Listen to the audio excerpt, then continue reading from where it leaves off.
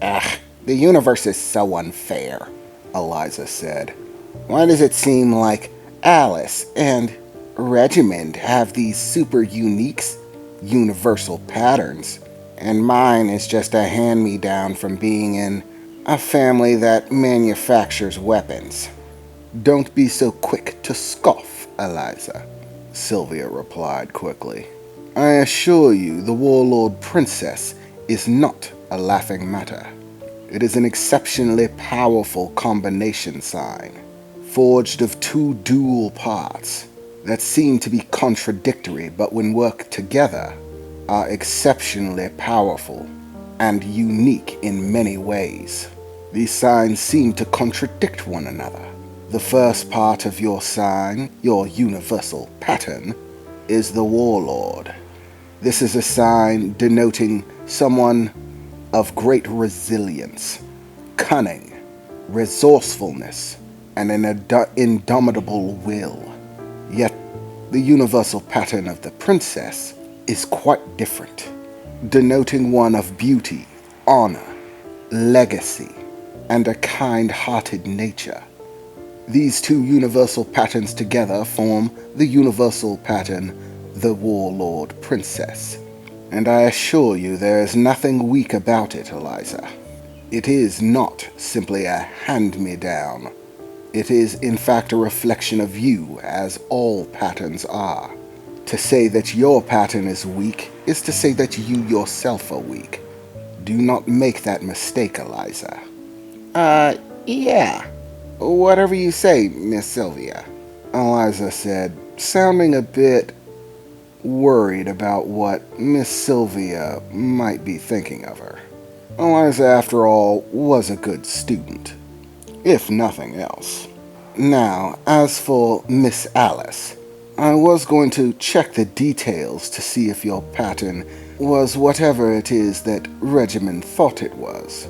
But as you believe that you are in fact the Maiden of the Shattered Heart, this will be quite simple to figure out, Sylvia said, stepping forward to Alice and grabbing her arm.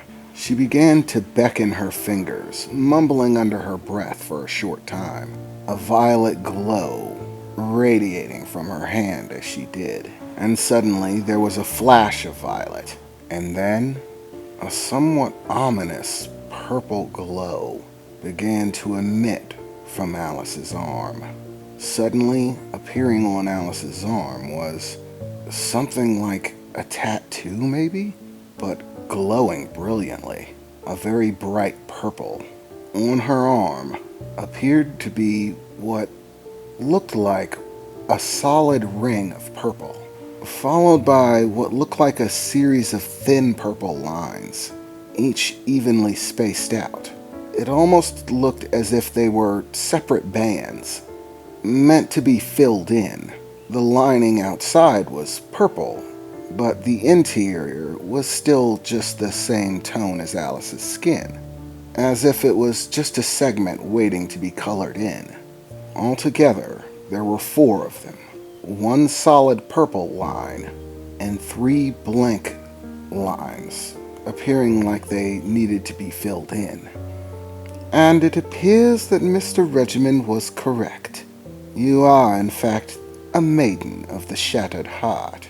The lines you see here on your arm are what you might call a collection. Each solid stripe represents a piece of the maiden that you possess. Currently, you possess 1 piece of the Maiden of the Shattered Heart, but there are in total 4, meaning there are 3 others who possess fragments of the Maiden of the Shattered Heart within them. Regardless of what unique fashion your previous life happened to fall into, the ordeal that befalls the Maiden of the Shattered Heart is always the same. One must collect the pieces of the shattered heart that they once were, reforge the soul that was, and in doing so, become the true maiden. This can, of course, be done in a number of ways, all depending on exactly how it is that The maiden shattered her heart. For what purpose? What end goal? What was the wish she wished to fulfill? The methods of which you can use to acquire the other pieces are as such. First, to receive the blessing of the one that holds a piece. This is an acknowledgement that you are, even in their eyes, the true maiden, the one meant to fulfill the greatest wish of those she loved in the past life. This is done by simply having the person repeat the following. To you, I hereby relinquish my right. And in doing so, you will collect the piece of the shattered maiden, bringing it within yourself, making it a part of you. Each piece of the maiden that you collect will make the maiden that dwells within you grow stronger. She will begin to wake from the slumber from which she shattered herself, and you, her bearer, will gain her strength. The second method is most likely going to be your favorite, Alice. If one refuses to relinquish their piece of the shattered maiden, you can claim it by force. Face them in a challenge, combat, fight for who has the right to claim the piece of the shattered maiden.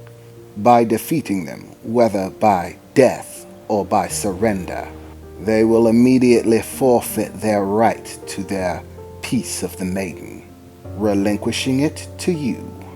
And last but not least is the most simple.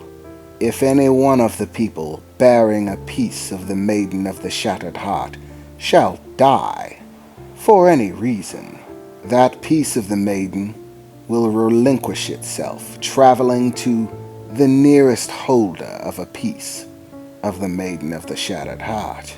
And Alice, that's just about all there is to it, Sylvia said, standing up tall and releasing Alice's arm. I will of course give to you the book of the maiden of the shattered heart. It should prove useful, she said, beckoning her fingers once more, and again a book emerges from thin air. This one a bright red color.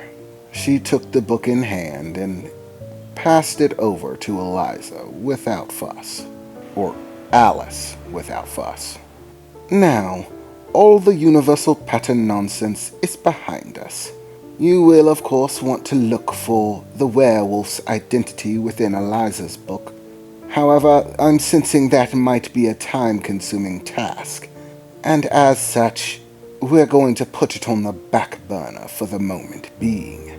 As of right now, it's time for your training. If you would follow me, please, Sylvia said, opening the door and beginning to make her way out, lighting that long tobacco pipe as she exited. I put the book of the dealer down, and Eliza and Alice followed suit, laying their books on the table beside mine. Quite frankly, I'm still very worried about whatever this training is. Sylvia seemed to think that it was going to be exceptionally difficult, more so for every drop of magic that we used. As she began to make her way outside of the estate, it became clear that we were heading for our regular training grounds, the place that we had designated to practice magic, and that it had begun to be used as a combat ground of sorts as well. During the trip, Sylvia made not a sound, simply smoking from her tobacco pipe, walking forward and giving us neither reassurance nor threat of what was to come. Whatever this was, I was hoping that Sylvia's experience would be what we needed. We needed to increase our strength, both for dealing with this werewolf nonsense, as well as the other things, Alice's suitors, having to forge our company and pass the test. All of these things would require strength that we currently don't possess, and yet it is required nonetheless.